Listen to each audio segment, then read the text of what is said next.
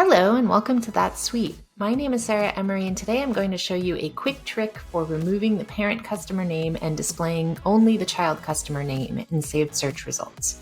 When you include the name field in search results, the native behavior is that it is displayed in the parent name : child name format, like you can see here. This works for some applications, but there are instances when you need to trim off the parent name to display only the child name. This is easy to achieve through the use of a formula text column and a SQL expression. I'm going to start by editing the search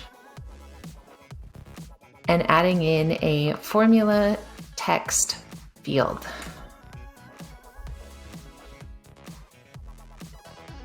And I already have my formula copied, so I'm just going to paste it in, but then we will walk through the structure of it.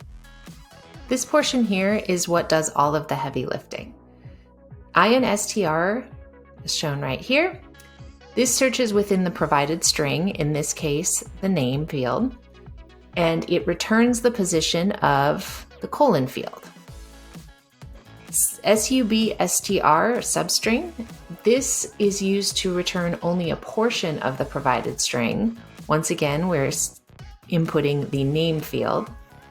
And at the end here, we have +2 because what we're telling the substring expression to do is to take the position of the colon and add 2 to it and make that the starting position of the text that we return. So that should be the start of our child name that we want to actually display.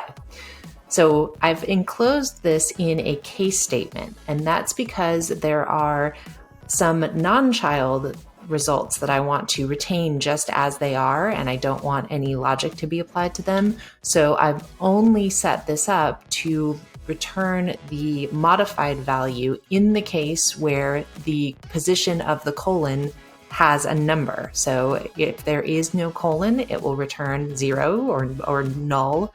And so I've used a no value tag to set any null values to 0. If it's greater than 0, it uses the SQL expression to return the modified result with only the child name. Otherwise, it just returns the native name field. I'm going to go ahead and set that. And then I'm going to add our custom label of child name. I'm going to move this up here and save and run. So this will allow us to see the impact of our formula.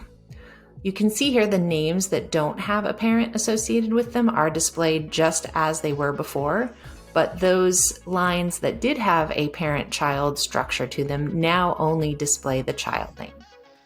This same logic can be applied to other data types such as item name or account name by changing the tags in the formula, which makes it a really great tool to keep in your saved search toolkit.